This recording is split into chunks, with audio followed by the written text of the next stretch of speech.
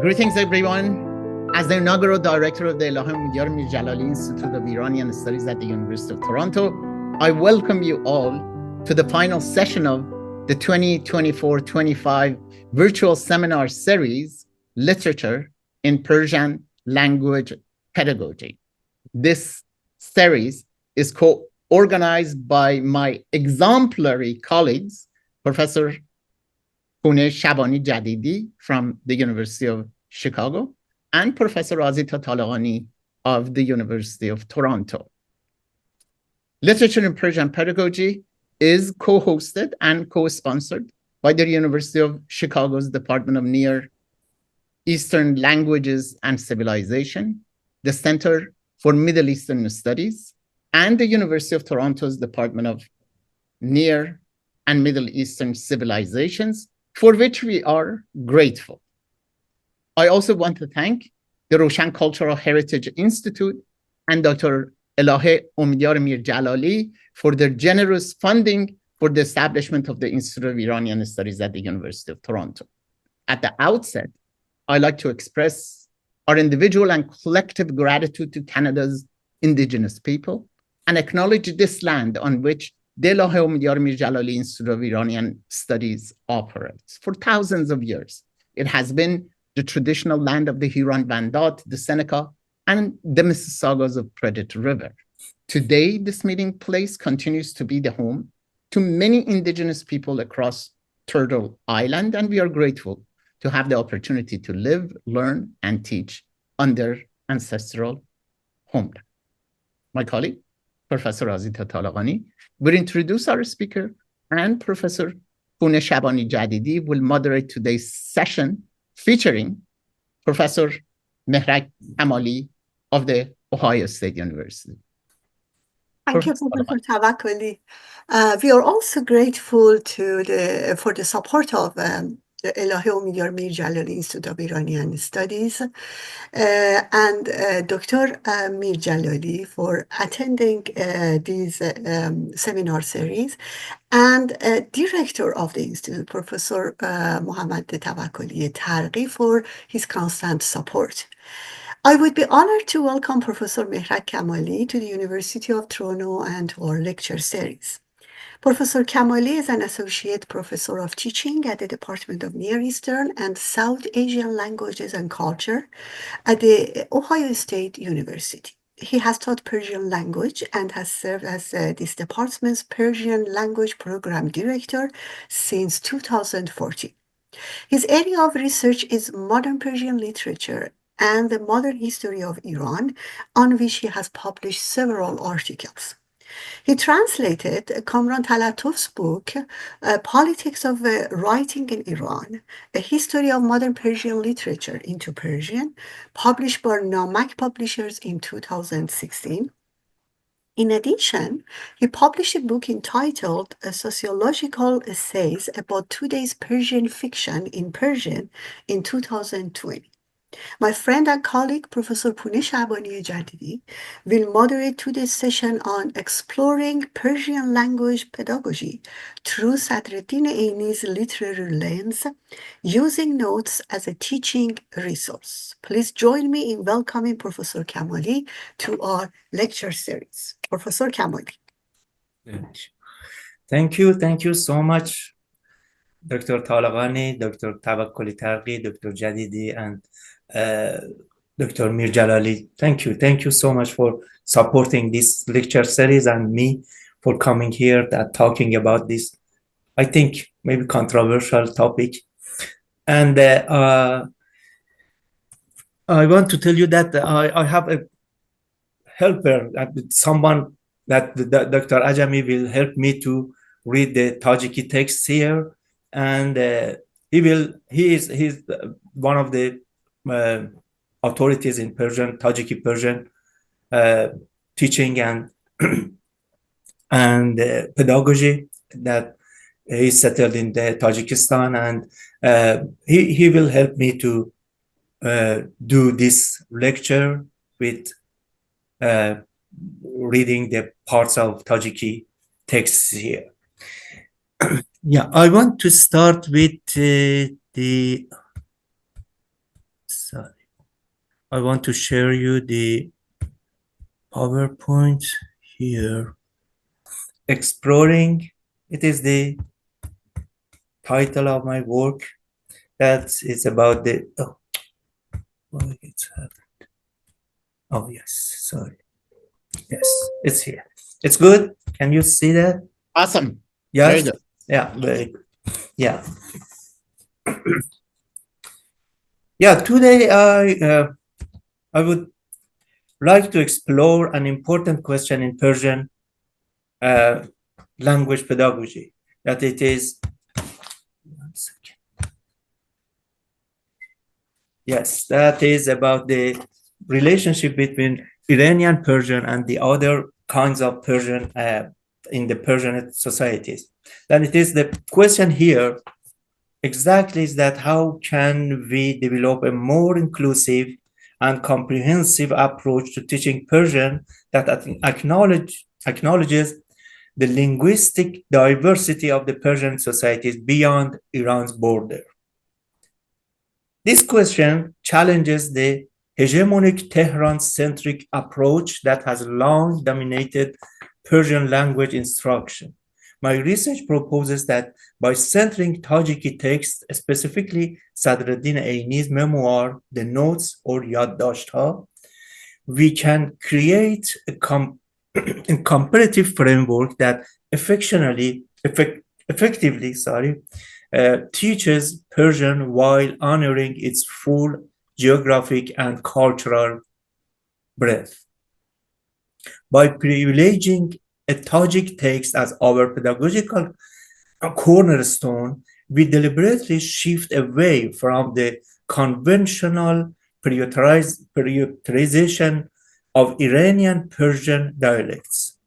This approach not only democratizes Persian language pedagogy, but also illuminates the rich linguistic diversity of the Persianate societies.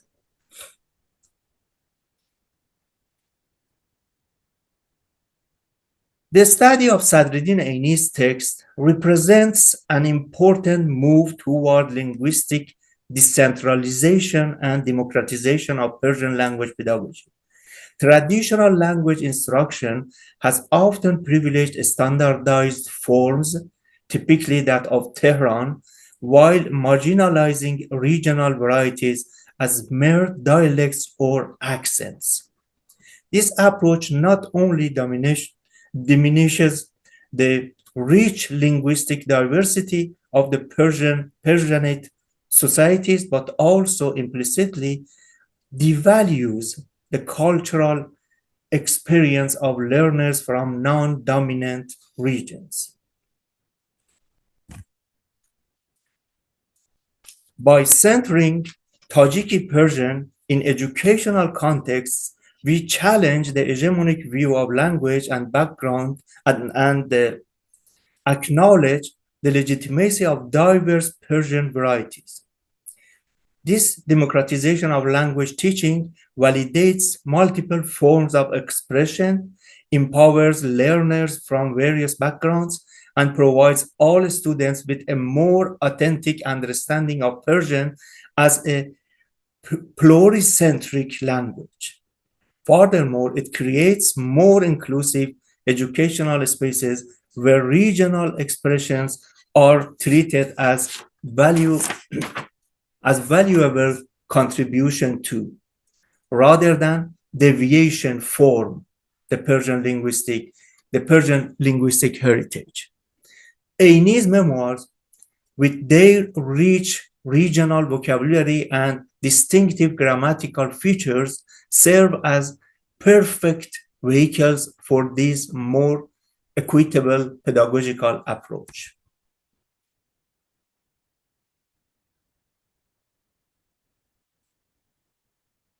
Several contemporary teaching methodologies offer valuable frameworks for approaching Ayni's text, with a particular emphasis on linguistic decentralization and the democratization of Persian language pedagogy.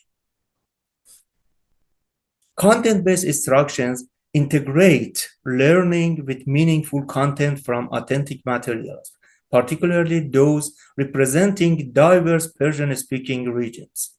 While with Ayni's text, this approach emphasizes learning Persian through engaging with culturally rich Tajiki content rather than studying a standardized Persian in isolation. Through CBI, students simultaneously develop language proficiency while gaining insight into Central Asian history, social structures, and cultural practices. This methodology challenges the hegemonic view of Persian by introducing students to authentic regional expressions and vocabulary, helping them recognize the legitimacy of Tajiki Persian as a valuable variant within the broader Persian linguistic tradition.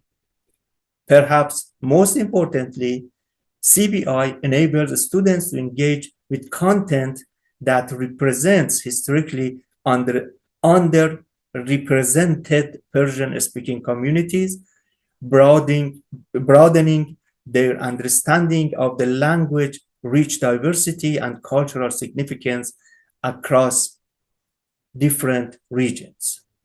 By centering these authentic materials, we move beyond traditional language instruction toward a more inclusive and culturally responsive pedagogical approach. Task-based language teaching focuses on practical tasks that require learners to use Persian variants for genuine communication. With Ayni's memoirs, this approach creates meaningful opportunities for students to engage with linguistic diversity in context. Students compare regional Tajiki vocabulary with standardized Iranian Persian,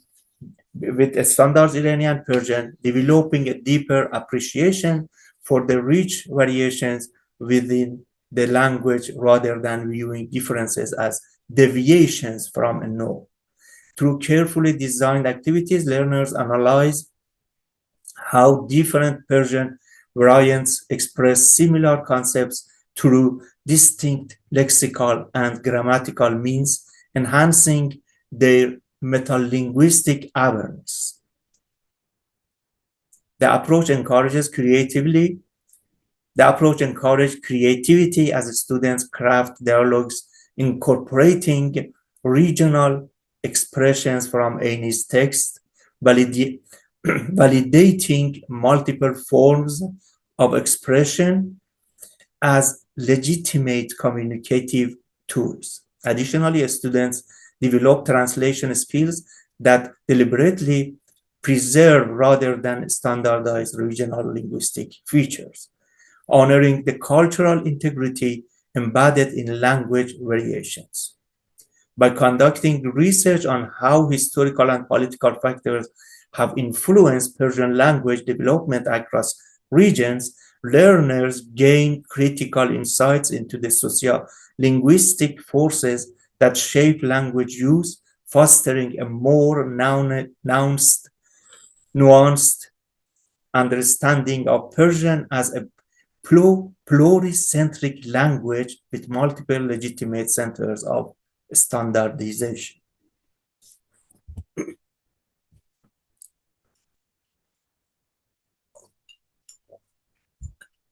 This methodology, narrative-based, recognizes the power of stories from across the Persianate societies as vehicles for language acquisition. Ayni's narrative techniques, character development, and storytelling elements become focal points for language instruction that enriches the students' understanding of Persian literary diversity. Through careful engagement with these texts, students encounter Central Asian narrative conventions as legitimate alternative to dominant Persian literary traditions, expanding their conception of what constitutes authentic Persian literature. The approach helps students understand the plurality of Persian narrative styles across different regions, recognizing how historical and cultural contexts shape distinctive literary expressions. As learners analyze and emulate these diverse storytelling patterns, they develop their own storytelling abilities while gaining confidence in expressing themselves through varied cultural lenses.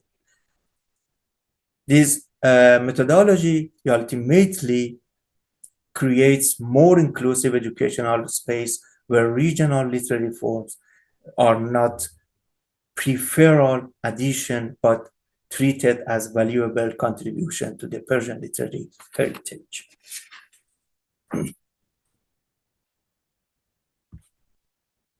And this approach emphasizes the cultural and historical context that shape language use while critically examines linguistic power dynamics. By examining Ayni's depictions of Central Asian society, students engage with language as a living reflection of social realities rather than an abstract system of rules. Through these authentic materials, learners discover how language reflects social hierarchies, religious practices, and cultural values specific to Tajik communities, providing insights that extend beyond vocabulary and grammar to encompass deeper sociocultural understanding. This methodology helps students develop critical awareness of how language standardization often privilege certain regions and social classes, revealing the political dimensions of seemingly neutral linguistic choices. Students come to understand the historical process that have marginalized certain Persian varieties as dialects or accents, recognizing this classification as products of power relations rather than objective linguistic assessments. As they encounter diverse expressions within Ayni's works, learners recognize that all language variants are shaped by their unique sociopolitical context, each carrying legitimate claims to authenticity within their communities of use. This critical perspective encourages students to question implicit value judgment about standard versus non-standard language forms, fostering a more equitable approach to language education that honors linguistic diversity as a resource rather than as a problem to overcome.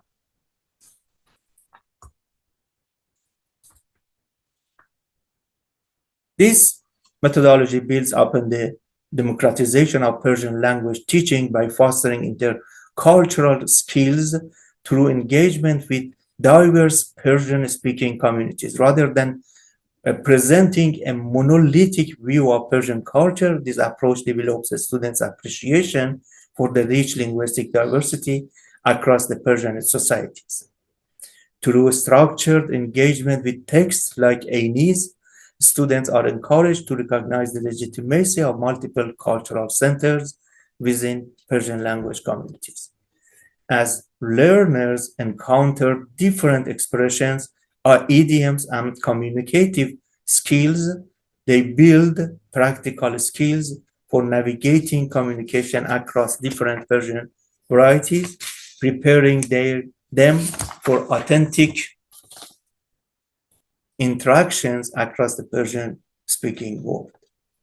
This intercultural approach challenges students to examine their own assumptions about language correctness and regional prestige, prompting reflection on how this judgment often stem from sociopolitical factors rather than inherent linguistic qualities.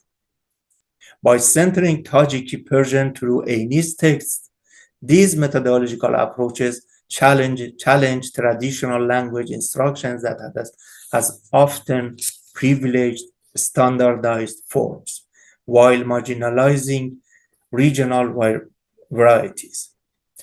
This pedagogical framework not only acknowledges the legitimacy of diverse Persian varieties, but also provides all students with a more authentic understanding of Persian.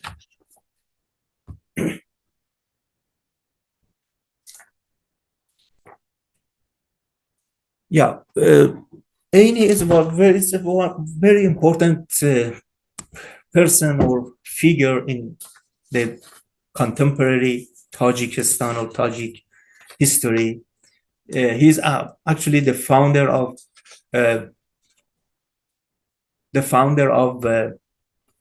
Tajiki identity, and the consistent work on that helped the Tajiki persons to found their approaches to their country. And here I will work on the different aspects of Ayni's life, that it is from the before the revolution, I mean the October Revolution, Socialist Revolution in Russia, and after that, and as one of the most important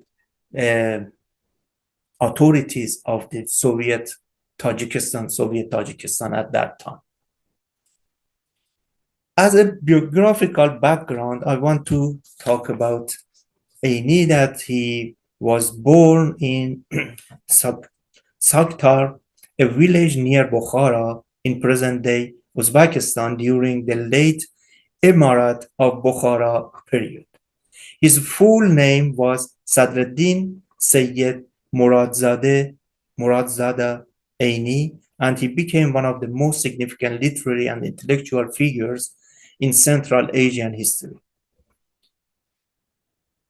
Ayni was born into a peasant family with modest means, beginning his education in traditional maktabs or Islamic schools, where he learned the fundamentals of reading, writing, and religious studies. Tragedy struck early in his life when he lost both parents at a young age, leaving him under the care of his older brother, who proved instrumental in shaping his intellectual development. His brother introduced him to progressive ideas that were beginning to circulate in Central Asia during this period of cultural awakening and reform. As Ayni matured, he continued his studies in Bukhara's prestigious madrasas, where he experienced the intellectual tension between traditional Islamic scholarship and the emerging reformist Jadid movement that advocated for educational modernization and cultural renewal.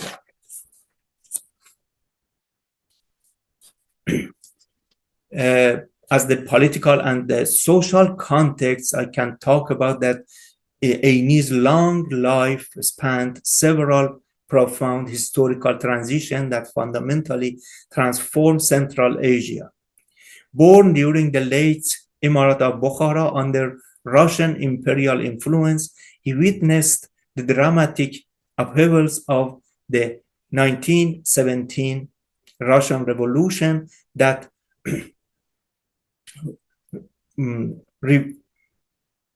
reverberated throughout Central Asia. He lived through the brief period of the Bukharan People's Soviet Republic, followed by the formation of the Tajik Soviet Socialist Republic in 1929. Throughout his mature years, he navigated the complex cultural and political landscape of the early Soviet era, adapting to new realities while working to preserve and transform Persian literary traditions to modern audiences. This remarkable historical journey across multiple political systems deeply informed his writing and intellectual perspectives. As a founder of modern Persian literature, Ayni is widely considered as the founder of modern Persian literature, with a body of work that masterfully bridges classical Persian literary traditions with modern forms of themes. His contribution to Persian language literature were transformative and far-reaching. Through his novels and short stories, Ayni established the foundations of modern Tajik prose literature, crafting a literary voice that resonated with contemporary readers while honoring traditional forms. He developed a more accessible literary language that reflected spoken Tajik Persian, making literature more democratic and representative of everyday experience. Perhaps most importantly, he introduced contemporary literary genres to Tajik literature while simultaneously preserving and adapting classical Persian literary heritage for modern audiences, ensuring cultural continuity during a period of dramatic social change. His major works include several landmark and masterpieces that defined modern Tajik literature. His first novel, Dakhunda, in 1927-1929, powerfully depicted the difficult life of a peasant, introducing social realism to Tajik literature. Slaves, the other work, 1934, a historical novel portrayed life under the Bukharan Emirate with unflinching honesty, documenting the oppression and struggles of ordinary people. In The Death of a Moneylender, 1939, Ayni crafted a compelling novel critique economic exploitation that demonstrated his skill in shorter narrative forms. His masterpiece autobiography, Yāddāshthā or Notes, 1949-1954, provides invaluable historical and cultural documentation of Central Asian life during a pivotal historical period. The source of our excerpt, Yāddāshthā, contains personal reflections and observations that reveal Ayni's gift for capturing the texture and significance of everyday experiences.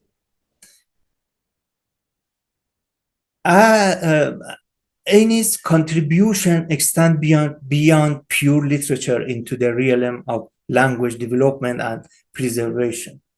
He helped standardize modern literary Tajik Persian during a period when the language was undergoing significant transformation. Through his work on dictionaries and educational materials, he helped codify and teach the language to new generations. Ayni advocated passionately for the Tajik language during a period when its status was politically precarious, helping to secure its recognition and continued use. Throughout his writing, he preserved numerous Persian and Tajik expressions, proverbs, and folkloric elements that might otherwise have been lost, creating a linguistic bridge between past and present.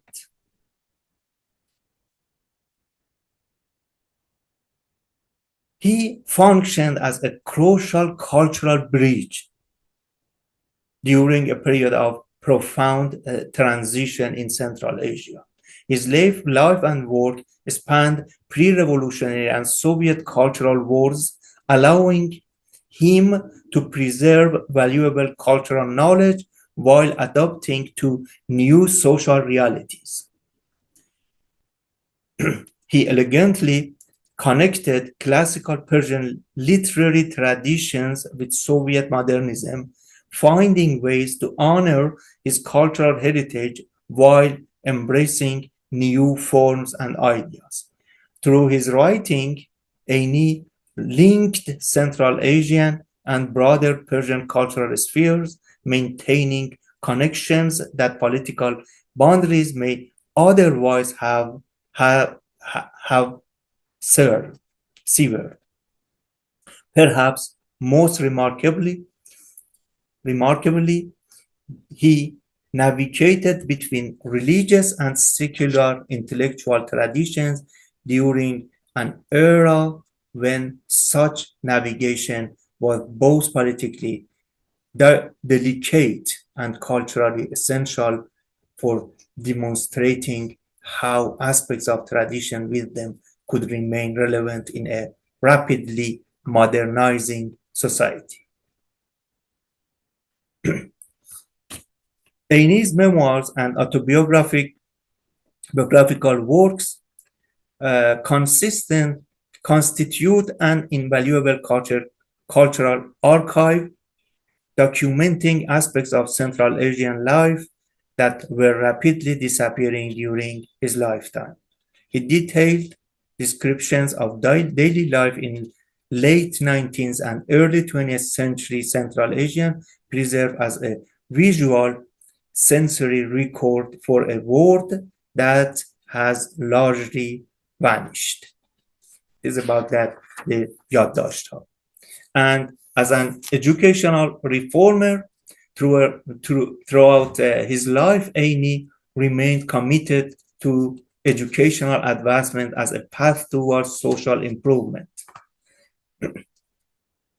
He actively advocated for educational reform as a prominent figure in the progressive Jadid movement, which sought to modernize Muslim education in Central Asia.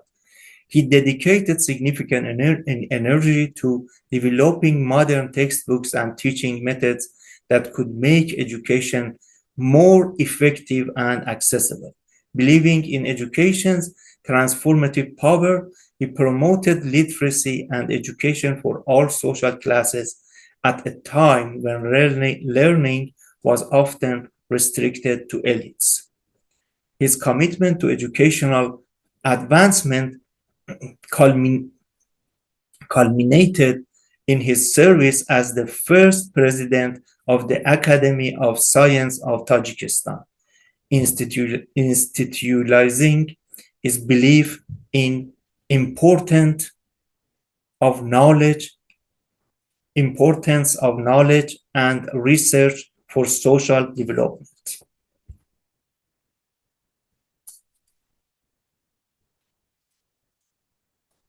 Ayni's works also provide extraordinary rich sources for Persian language learners, offering excellent examples of linguistic diversity within the Persian language sphere. His writings shows regional Persian variants specific to Tajik Persian, allowing students to appreciate the language geographical diversity and adaptability. Throughout his texts, readers encounter historical forms and expressions that illuminate the evolution of Persian over time, enriching students' understanding of language change. His detailed descriptions of traditional life supply vocabulary related to material culture, practices, and customs that may not appear in more contemporary texts. And as a cultural context beyond linguistic elements, Ayni's writing offers profound insight into cultural aspects essential for comprehensive language acquisition. His detailed descriptions of traditional Persian Tajik family relations help students understand kinship, terminology, and associated social expectations. His matter-of-fact inclusion of religious practices, and beliefs provides context for understanding numerous Persian expressions and cultures differences that remain relevant in contemporary usage. Throughout his narratives, social structures and hierarchies become visible through language choices, helping students grasp the sociolinguistic dimensions of Persian. His documentation of historical transitions in Central Asian society provides necessary context for understanding how Persian language use evolved in response to broader social changes. And the last part of his work's characteristics, we can talk about the advanced language. For advanced language learners, Ayni's narrative techniques offer models for sophisticated Persian expressions. Students can study his detailed descriptive techniques, noting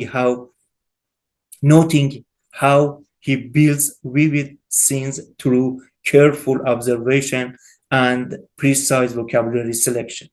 His character development methods demonstrate how to construct multidimensional personalities through both direct descriptions and revealed actions. Throughout his work, Ayni's integration of social commentary into narrative shows how Persian can be used not merely to tell stories, but to engage with important cultural and ethnic questions.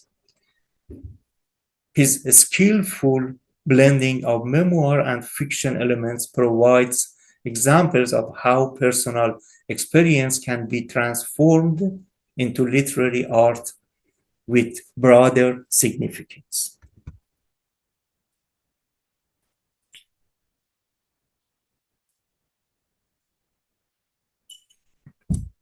Now I offer a comparative pedagogical analysis of two authentic Persian language memoirs from Tajikistan. My father's uncle, Abdullah Khajeh, and Haji Makhdoom's theft, written by Sadriddin Ayni with no explicit pedagogical intent.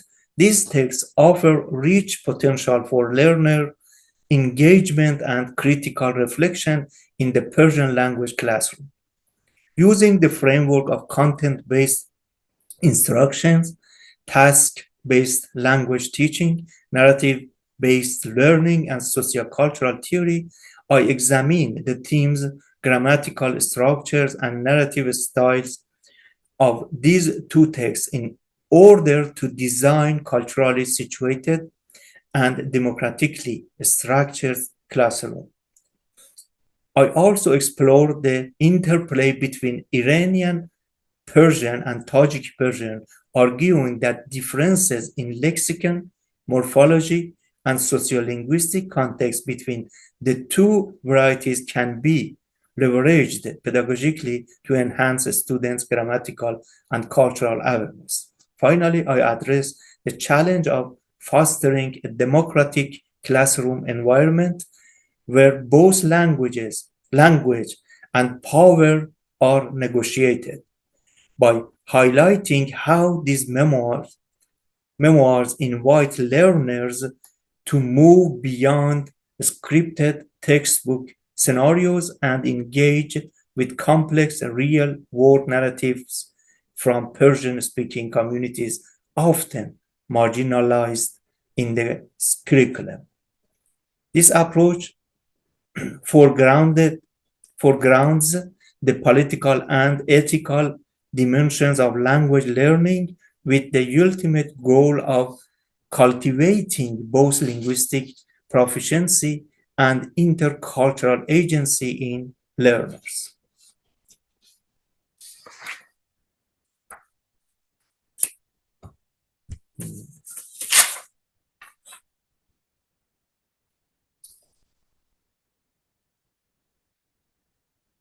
Yeah, I want to talk about the first text.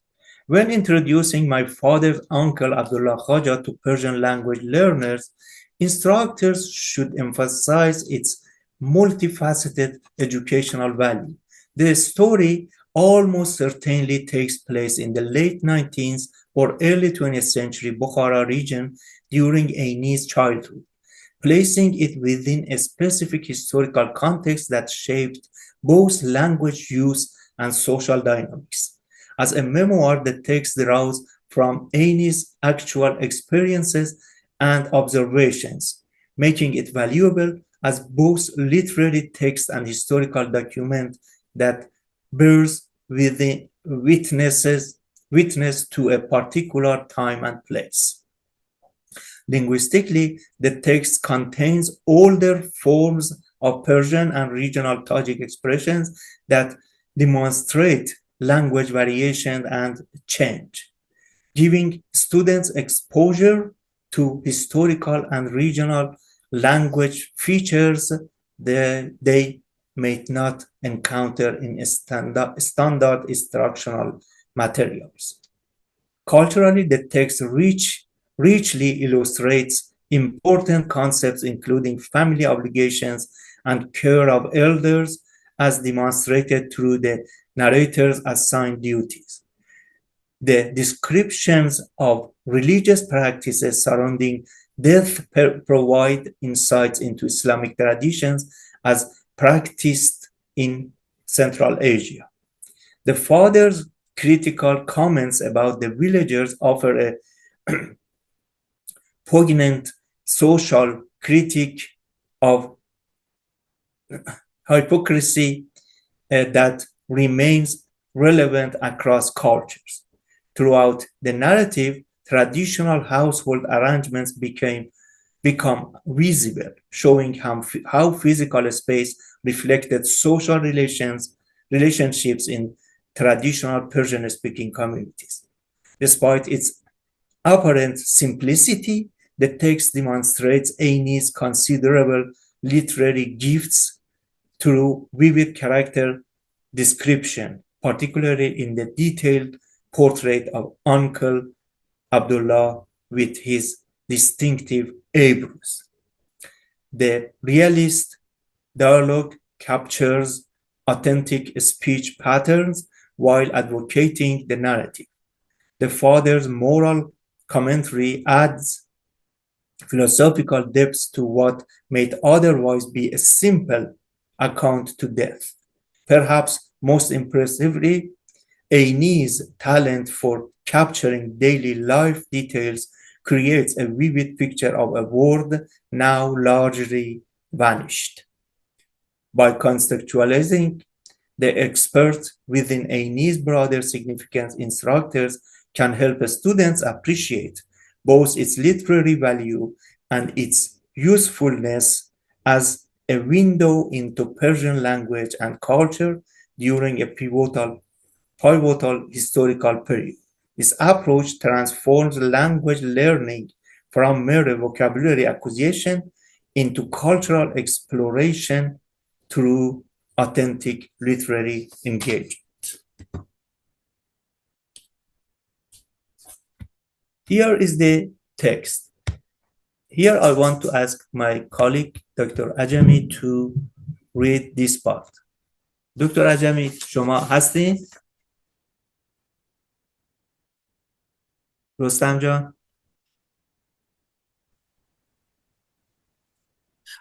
مجددا سلام. داشتم گوش میکردم. صدای منو دارید؟ بله بله صداتون هست. اگر لطف کنید آقای دکتر خیلی ممنونم، متشکرم. خواهش میکنم اگر لطف بفرمایید. مرسی. خب من قبل از اینکه شروع کنم تشکر میکنم آقای دکتر به خاطر دعوتتون و واقعا خوشحالم که در کنار شما هستم و واقعا یادی از بزرگ مرد تاجیک یعنی استاد صدرالدین عینی که واقعا یک شخصیت بسیار بسیار دوست داشتنی هم در تاجیکستان هم بیرون از تاجیکستان. وقتی من ایران تحصیل میکردم واقعا شبهای یادداشتخوانی در تهران برگزار میشد و این ویژگی هایی که در یادداشت‌های استاد عینی هستن واقعا زیبا هستن و ستودنی. به هر حال ممنونم که یادی از استاد عینی میکنید. من در خدمتتونم جناب دکتر. بله بله خیلی ممنون، متشکرم. میشه اگر بتونین لطف کنین این متن رو به اصطلاح اون بخش تاجیکیش و بخش فارسیش رو برای ما بخونید. الان شما میبینید؟ بله میتونم ببینم. بله میتونم. اما که پدرم عبدالله خواجه، من کوشش میکنم با لهجه تاجیکی بخونم براتون. بله. امیدوارم که مورد پسند شما قرار بگیره. در وقتی که ما به ساکتری آمده، پدرم به مادرم تعیین کرده بود که هر چیزی که پزد به عمکش عبدالله خواجه از وی یک کاسه دهد و به من تعیین کرد که هر وقت طعامی او را من برآورده دهم و همیشه از آفتابه اش خبردار باشم. اگر خالی باشد آب پر کرده برده مانم. به این سبب من هر روز چندین بار به پیش وی که او را عمک بابا میگفتند میرفتم. او قد بلند، بدنی لاغر، چهره گندمگون، ریش میانه نه آنقدر سفید، با وجود اینکه خود 90 ساله بود و ابروهای بلند درازمو داشت، موهای ابروانش چنان دراز بود که چشمانش را پوشانده می ایستادند. اگر او به جایی یا به کسی نگریستن خواهد، مجبور بود که با پشت سر انگشتان موهای ابروانش را از بالای چشمش بردارد. خب آقای دکتر اینجا تکست تمام میشه. من فکر کنم یه مقدار دیگه این تکست داشت این متن. آوردم اینا، الان آوردم بالا. اما او به کس نگاه نمیکرد و حرف نمیزد. همیشه در گوشه مهمانخانه خاموشانه می نشست. اما نسبت به سینش با قوت بود. روز 1-2 بار بر روی حولی می آمد، طهارت می کرد، هوا می خورد و باز به گوشه خاموشیش می در آمد. می گفتن او در عمر خود بیمار نشده است و در وقت وفاتش هم بیمار نشد. یک بگاهی من آش برآورده و پیشش گذاشتم. پگاهانی همان شب شیر و نان برآوردم. او یازیده خوابیده بود. کاسه آش خالی شده هم در پیشش بود. کاسه آش خالی شده هم در پیشش بود. من شیر و نان را در پیش او نگذاشته گردانده بردم که گربه نخورد و به پدرم خوابیده بودنش را خبر دادم. او در این وقت نمیخوابید. هر سحر 2 ساعت پیشتر از برآمدن آفتاب میخست. خبر گرفتنم در کار است. گفت پدرم خبر گرفتنم در کار است. گفت پدرم و خسته پیش او رفت. من هم همراه رفتم. پدرم پیش از به مهمانخانه در آمدن آفتابه آب را دید که در دمی در ایستاده بود. ایستاده بود یعنی قرار داشت. در لهجه تاجیکی هم هنوز این فعل یعنی به چیزهایی که جان ندارن ایستادن، ایستاده است استفاده میشه به معنای بودن یا قرار داشتن. آفتابه آب را دید که در دمی در ایستاده بود. آفتابه خالی است. معلوم می شود که سحر خسته است. گفت پدرم و به پیش او رفته نشسته. اول دستش را بعد از آن دلش را دید. مرده است. حاضر مرده است و بدنش گرم است. مرده است. حاضر مرده است و بدنش گرم است. گفت پدرم و مرا فرمود که استا عمک را جیغ زده بیارم. رفته او را گرفته آوردم. هر دو مرده را تخت کرده ماندند. اسباب کفنش را هم هر دو به طریق شریکی تیار کردند. پسرش در اینجا نبود و در کجا بودنش هم معلوم نبود که او را خبر دهند. مردمی دیه را خبر دادند و همان روز بعد از پیشین مرده را برداشتند و به حولی مسجد بردند، جنازه خواندند. بعد از جنازه خواندن مردم گزوار گرد تابوت او را تلاش کرده پارچه پارچه در آن گرفتند. من از پدرم پرسیدم چرا مردم گردی تابوت را در آن گرفتند؟ پدرم گفت گردی تابوت او را تبرک میگیرند احمقها، و حالان که همین آدم در زندگی او یگان بار احوال او را نمیپرسیدند. بعد از مردنش گرد تابوتش که من از خانه خود برآورده ام برای اینها تبرک شد.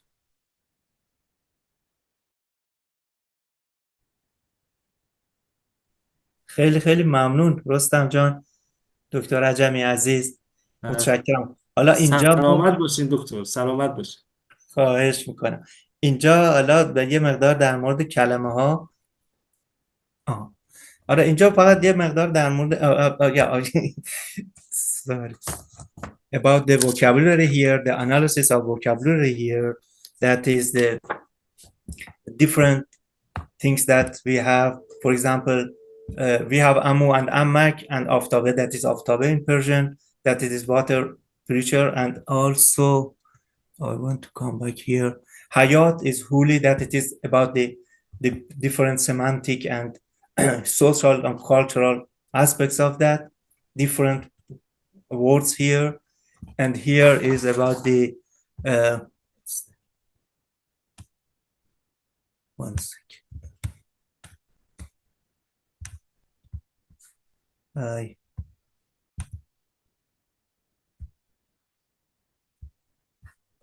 Sorry, I want to see this part here. Is about the wuzu gereftan at taharat. You know that taharat is different. It has different meaning in Persian, but in Tajiki it means the for wuzu gereftan, that it is performed for ablution, that it is about the piety and for daily religious works. And bigah, that it is in Tajik, and it is, we call it, for us is group, and it is evening, or pegahani, or yazide khabide bud. It is different aspects of different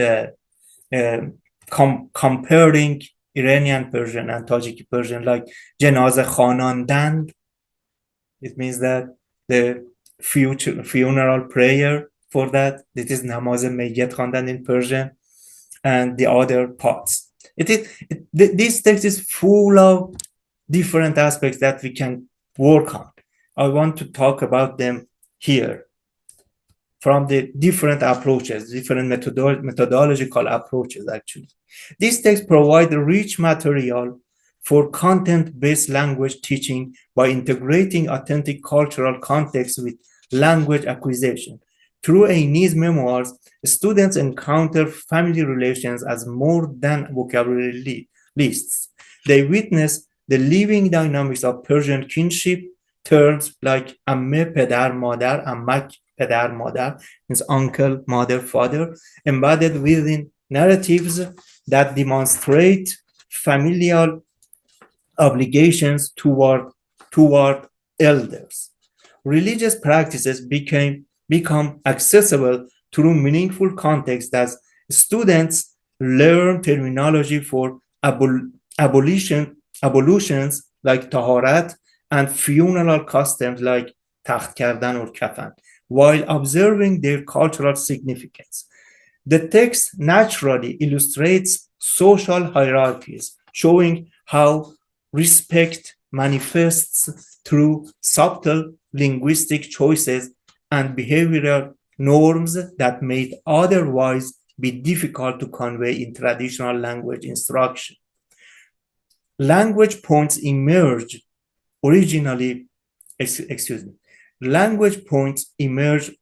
organically through content engagement, allowing students to encounter older or regional Persian forms like yazide, huli, pegahani within narrative framework that provide contextual clues to their meaning.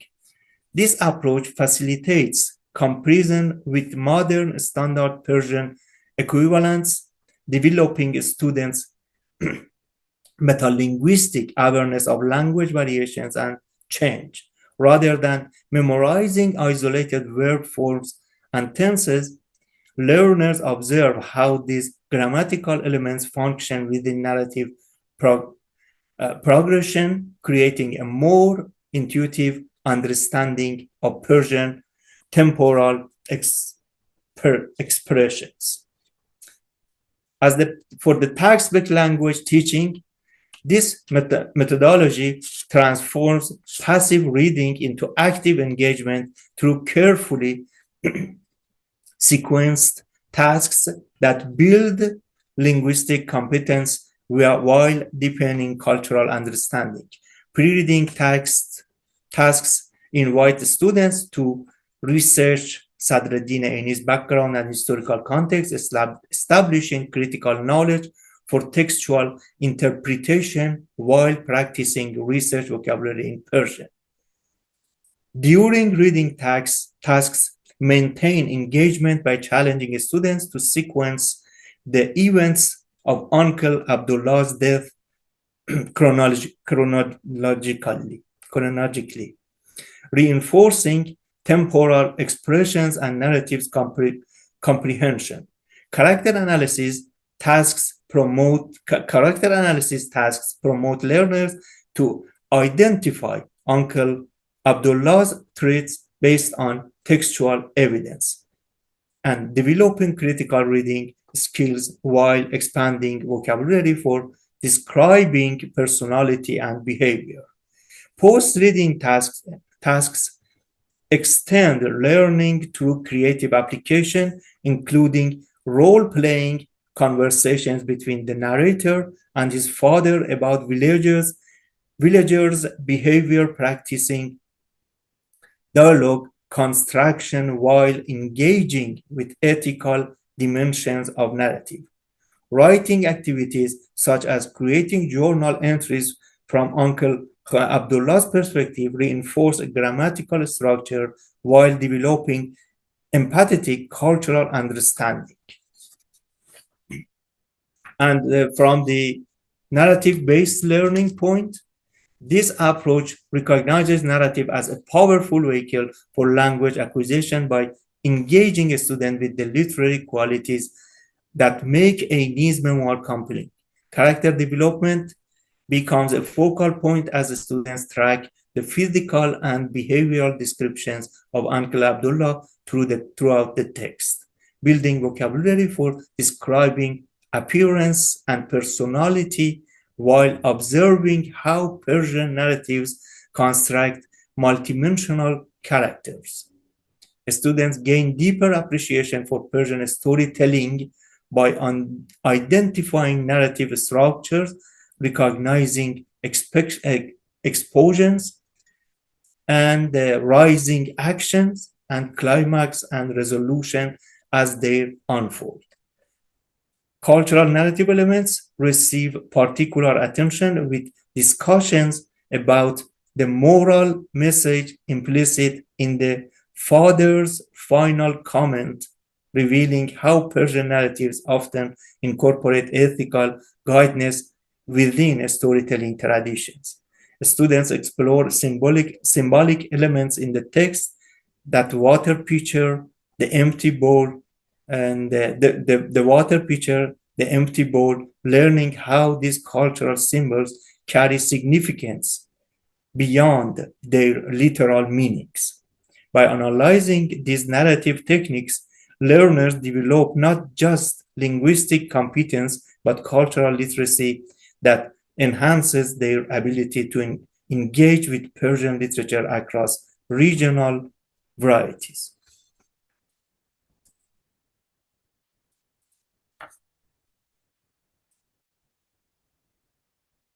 And this text also offers a rich sociocultural context that for language learning, we can gain a deeper understanding of the culture by discussing the concept of tabarruk, or seeking blessing, and its cultural significance. analyzing the father's critique of social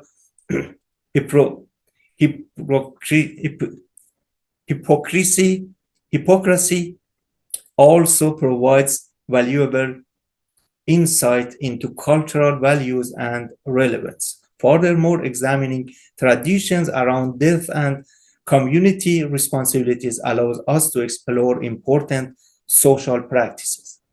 In terms of social interactions and language, the text helps us identify expressions that show respect to elders. Analyzing community funeral practices and social obligations further illuminates social dynamics. Ultimately, this analysis leads to a greater understanding of how language reflects social status and relationships within the culture. Beyond the socio-cultural context, the text also displays distinctive Tajiki Persian linguistic features. We observe compound verbs constructions, while Tajiki often used forms like bordemanam, literally take and leave, in contrast to the simpler form found in Iranian Persian, mi bordam or mi baram.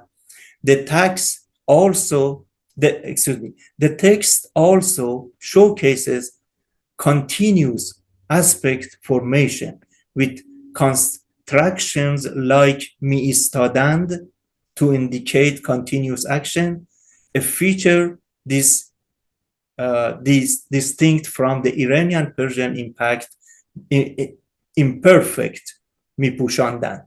Vocabulary differences are apparent in the use of words like huli for courtyard instead of hayat, and ammak for uncle instead of amu, reflecting regional variations. The text also exhibits a more frequent use of verb prefixes such as dar and bar in verbs like daramadan and baravardan. Finally, it includes a specialized terminology related to religious and cultural elements specific to the Central Asian context, such as gazvar for clothes.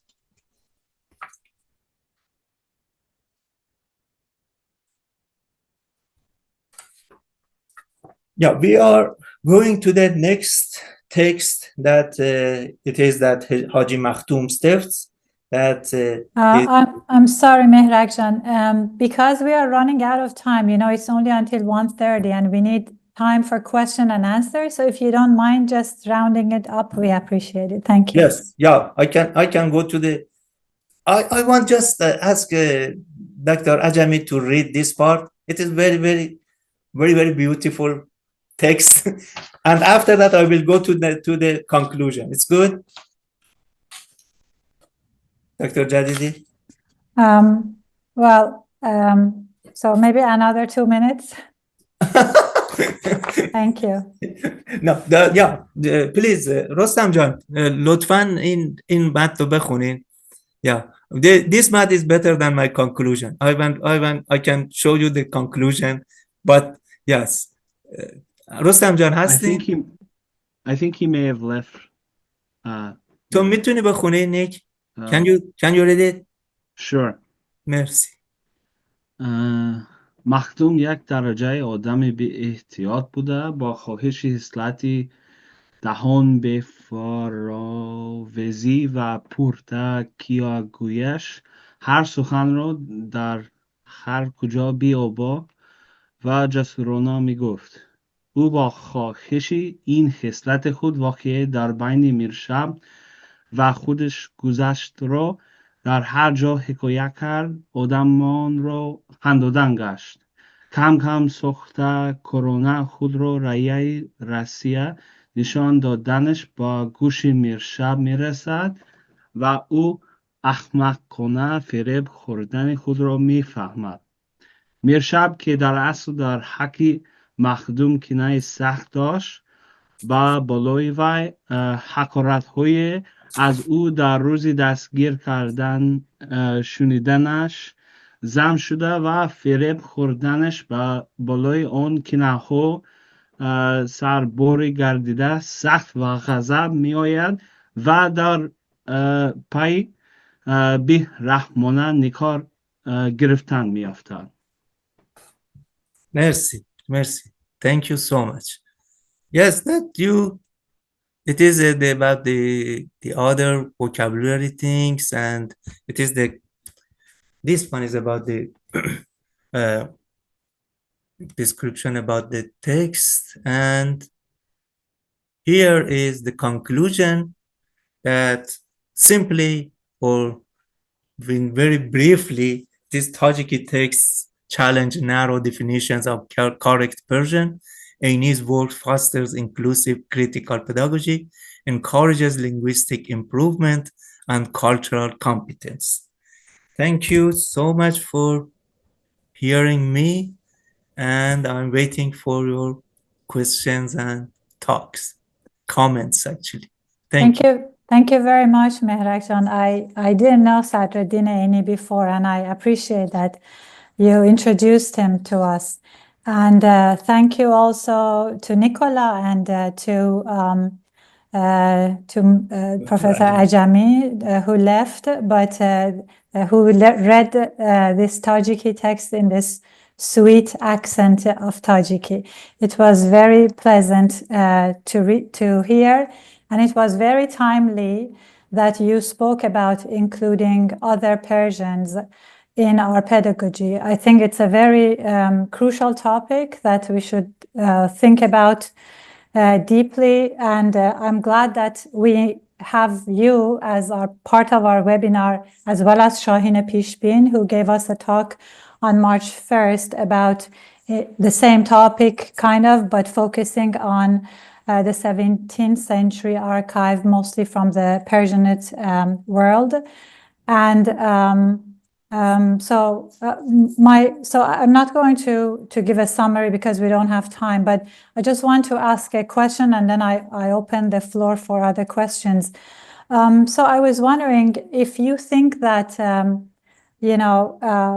you mentioned about inclusive pedagogy, about non-standardization, non-dominant regions, about pluricentrism and all that. But then again, if you want to just focus on Tajiki Persian in your pedagogy, then you will be Tajiki centering your pedagogy. So I was wondering if you think Tajiki texts, which are very important, Dari text, Persianate world text, all these texts should all be included in our pedagogy, in our material, or are you, from what I heard you, I thought that you are replacing this with the other ones that are more, let's say, Tehrani centered approaches.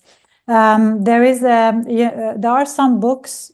I haven't included any Tajiki or Dari in my book, and this is a problem. And I know that I bring more text to class by writers, Tajiki Persian and Dari Persian, but I haven't included them in text. But Behruz Mahmoudi Bakhtiyari and Mahbud Ghaffari in their Farsi Biyamuzim, they have done so. Not many, but let's say in 20 texts, 2 of them, one is by Iqbal Lahori and one is by Ubaid Rajab from Tajikistan, who's the 20th century poet of children. So people will have access to it. But I was wondering, like I noticed that when you brought these texts, like as a Persian speaker from Iran, I'm not able to read it with Tajiki accent. I guess you were not able to read them too. That's why you ask your friends to read. So I do not feel, qualified enough to teach these kind of texts. I would bring the text to class, and maybe I will bring some guests to class like you did today, but just focusing the whole, textbook on something that I don't know. I don't know how much I can help my students. So I was wondering what you think about it.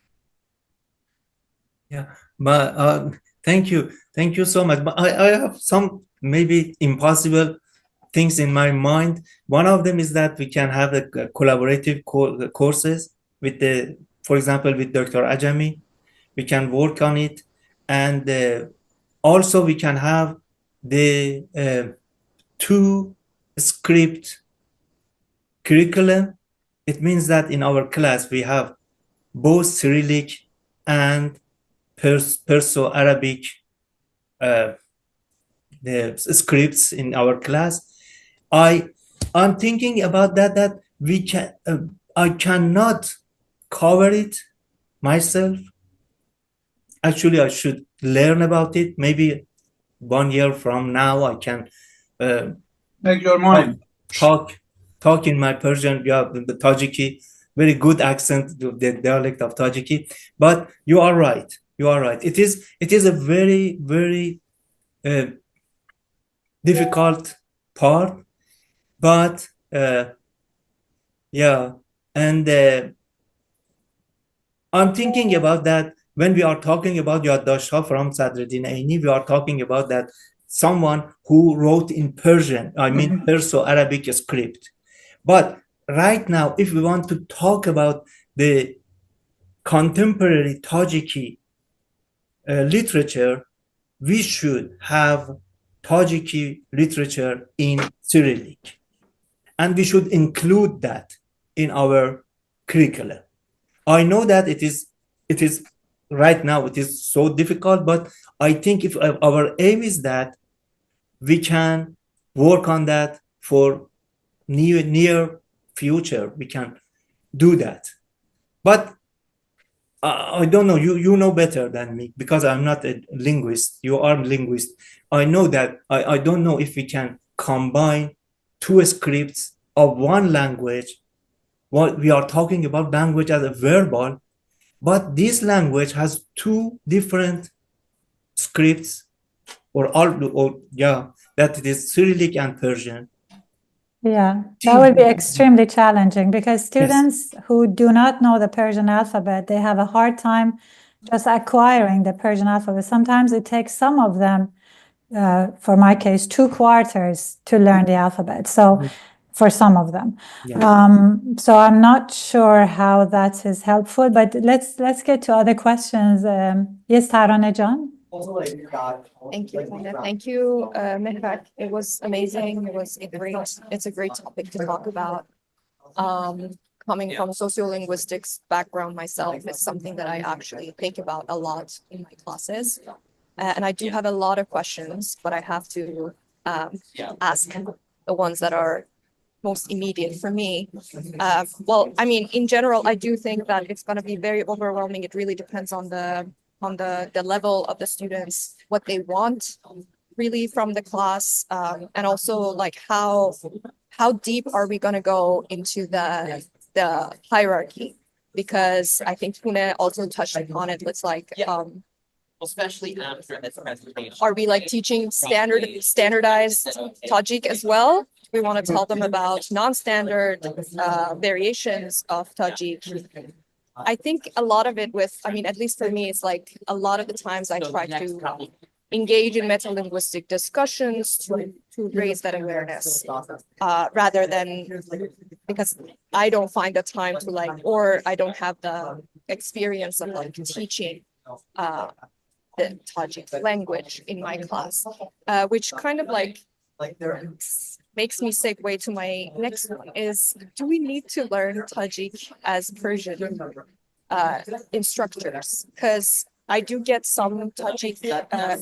Do you hear me? I'm sorry, it's really loud here. Everyone hear me? Kind of. Oh, okay. Excuse me, one of the microphones is open and the noise is here. Sorry. It might be mine. That's okay, Taraneh. Just ask your question. Okay. Okay, yeah. My question is that I, for example, get Tajik heritage speakers, students, and sometimes they say something and I want to be like, no, that's wrong, but it's not really wrong. It's Tajik rather than Iranian Persian. So I have been looking into learning Tajik myself. So I was just wondering what you think about it, what everybody thinks about it. Thank you. Yeah, this is I can ask this question from Nick. Maybe Nick can help us more than the others. That I think that right now the contemporary the Tajiki is very close to Persian. No, Nick. That I'm talking about the verbal, the talking in Tajiki. Yeah, I would say it is different. I mean, even some of the like typical verbs you're going to use, they're like different. But if you know one, you can understand the other one quite easy. That's the thing. But producing it is what's different. And yeah, I don't teach Persian, but what I was thinking when I was hearing your conversations is I think there's a difference between learning and teaching it and familiarizing our students with like these varieties so that they're used to, so that when they encounter a Tajiki speaker, it's not like something scary or surprising, but it's something that they can, enjoy. So I think, nobody's asking us to rewrite the curriculum, at least at this point, but yeah, I think even just bringing awareness and also I wanted to say Persian, this is something that German instructors also deal with. Like Swiss German is very different than the German you find in within Germany, and even within Germany we see all these dialect differences. So maybe we can look to other fields, Yeah. Yeah, because we are working on the literature, and literature means that they are the written form of language. Actually, maybe it is easier for us. We don't need to go towards the dialects in around the Tajikistan or standard Tajik or the other. It is about the literature. It's about novels, maybe fictions, the short stories or everything. It is a kind of standard, for example, Tajiki. And we can do it, but it is difficult to work on it. Yes, but I'm optimistic about that. I want to go forward for this. Yes. Thank you. So Azita first, and then Mahvash, and then Professor Tawakkoli, and then Parvaneh, and then we will finish the meeting. Okay.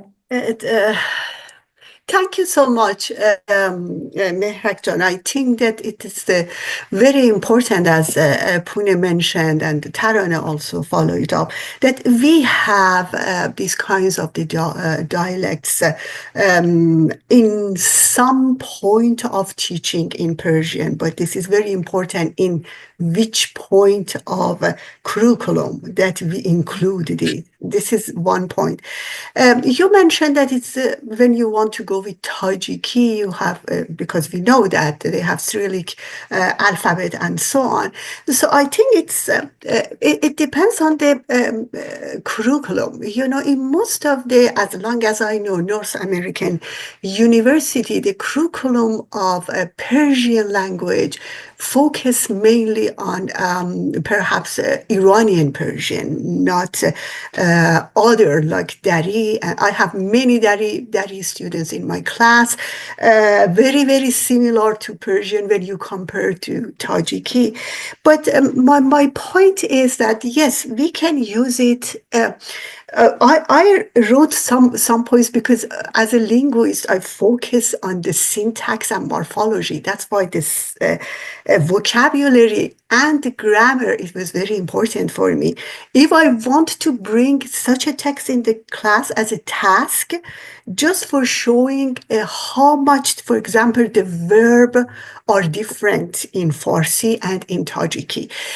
We use it as a task, as Pune and Taraneh highlighted. But if we want to focus the teaching, Persian language curriculum to be based on Tajiki, this is totally different thing.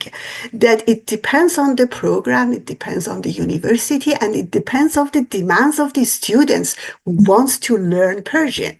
The 90% of the North American university, the students wants to know Iranian Persian or Afghani, means Dari one. So I use this text. I love to do that, but as I mentioned, in a task. and show my students at advanced level, not even intermediate, that how much different dialects of Persian are different based on the structure, based on the vocabulary, and perhaps culturally we are very close, but not based on the structure. This is the comment that I wanted to ask, but it was very, very informative for me. Thank you so much. Thank you. Mahvash-jan. I just want to second all of you that in an institution that I was teaching, there were 3 different teachers for Dari, Tajiki, and as you said, Iranian Persian. I don't know why you don't mention Farsi, Dari, and Tajiki. And students, it was hard for them to just learn Persian, let alone we mix the Tajiki to the Persian language. So to me, it's almost impossible, but as Yāddāshthā said, in a higher level, maybe they can do that as a comparative. And that's all I wanted to say. Thank you. So for the interest of time, I combine Azita's and Mahvash's questions. Mehrak-jan, you can answer, and then we go to Professor Tawakkoli and Parvane's questions. Go ahead. No, I totally agree with both of them. It's correct. Yes, we should, yeah. It is maybe it is a curriculum for very, very rare people around the world, but maybe we have 10 students in the world for going to learn Persian, Farsi and Tajiki at the same time. But yes, I agree. It is not for elementary or intermediate. Elementary or yes, yeah. Thank you. Professor Tawakkoli. You're muted, sorry. Professor Kamali, thank you for your wonderful presentation and attempt to sort of democratize teaching of Persian. I think various Persian dialects have great beauty aesthetically and really enhance our comprehension of Persian language and how it diversifies over spaces of the Iran and beyond. And I also have a great deal of respect for Sadriddin Ayni, and I consider him as one of the most important Persian language intellectuals. The question of dialects, and this is sort of a follow-up to Tarane's, and how sort of often usages could be radically different. For example, you had a passage that said, "Haman ruz ba'd az pishin." Usually, in some of the Persian dialects, Hasin is used as ba'd az zohr, as afternoon.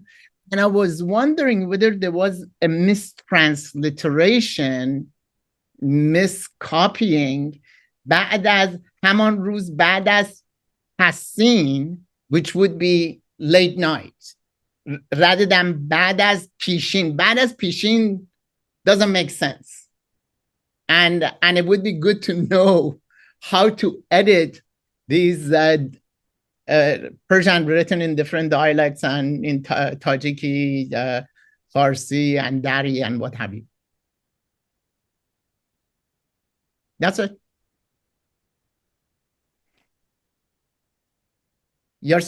Would you like to answer, Mehrak-jan? No, actually, yes, I should check it. But sometimes it is that when we are talking about that, maybe they call that is Pasin, we call it Pasin, and they call it Pishin. I should check it with some of the Tajiki. Because from my point of view, it seems like an incorrect usage, going back to Tarane's, because ba'd az Pishin is after 3 something. Pishin is adverb could be so. Pishin could be in this definition. Pishin or Pasin. Pasin is evening, and Pishin could be 3 noon. But bad as Pishin doesn't make sense in my view. Yeah, I should check it. It is the... Yes, yeah.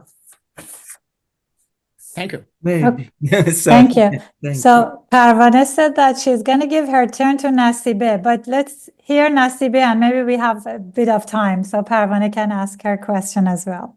Nasibe Jan? Yeah, Dr. Tawakkoli, it's Nick says that it is they Hello. call Pishin Hello. or Zohr.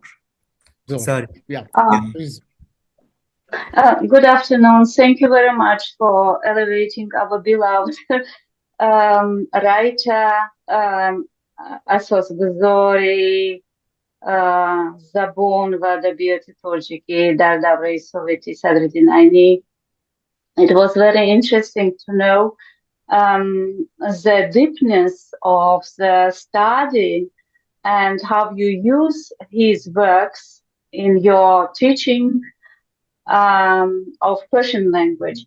I think that Tajik language, which we hear or listen in everyday use, is it seems maybe looks like Lahja, but it is in literary sense. If you hear and listen to literary pronunciation and speakers who are professional, it is actually a Persian, but Persian of the maybe more nearer to Middle Persian.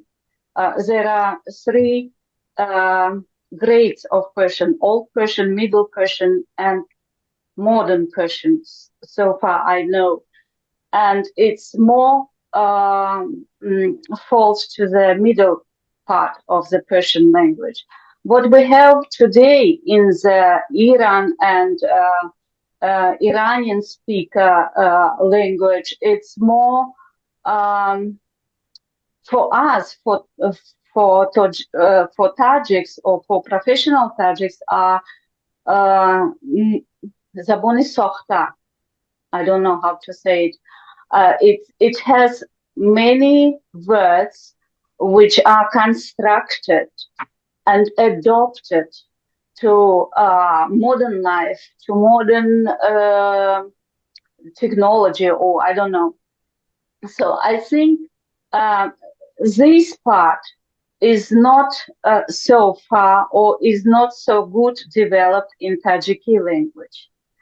It has many borrowings from Russian languages or for Slavic languages or other languages. That is why it looks like Lahja, I think. Thank you. I don't know whether I'm speaking understandable. For example, he said about Gazvor. Yes, Gazvor means Gaz is a Chenaki Darozi. It is a stick with which people used to measure a fabric. So, and Gazvor means چیزی و مطهایی که با گاز چین میکنن و میفروشن یا میخرن. Gazvor means in the simple language of people or people who are ordinary people means fabric. Thank you. Mehrak Jan, do you want to answer or should I go to Parvane's question? No, it's a very, very good comment. Very, very good comment about that. Yes, that is the some of the adopted words and that. Yeah, yes. Maybe we can talk more, Nasiba Jan, that about that maybe later. I need your guide and help about these parts. Yes, Thank you. I appreciate it. I left Mehrak's email in the chat, so if you want to reach him, you can. Parvanejan, you can ask your question. I will do. Thank you. Sure, thank you. I just wanted to I was involved like when everybody was talking about how this idea can be implemented into Persian classes, and like the question of practicality and how many students we have and how we are, able to teach that. I was thinking maybe the question, rather than how in every single Persian class this can be applicable, it should be the question of how programs can think of how to, think and include not only Tajiki Persian, but also, the area. I mean, how the area studies can come into this play and play a role in like adding maybe classes, expanding the programs, bringing in new scholars, and then bringing in new students, experts, and maybe even fields of studies, interdisciplinary. So that might be perhaps a question of programs and, interdisciplinaries and area studies, and, something like that. That is more in my mind rather than just into the, every single Persian class, how we can, apply it. I was just thinking like, maybe we can think about how the programs can be expanded and cover these areas. It's an excellent idea. In fact, for us at the University of Chicago, we find partners for the students to practice speaking through something called Natakalam. And then the students can choose if they want to partner with Tajiki accent, with Dari accent, or with Farsi accent. I think that is a very good practice for them. Yeah. Thank you so much. So I think I'm going to give the floor back to Azita. Thank you so much. Thank you, Professor Kamali, for this engaging discussion. I myself learned a lot, and I really want to read Tajiki material and then bring in my advanced level classes.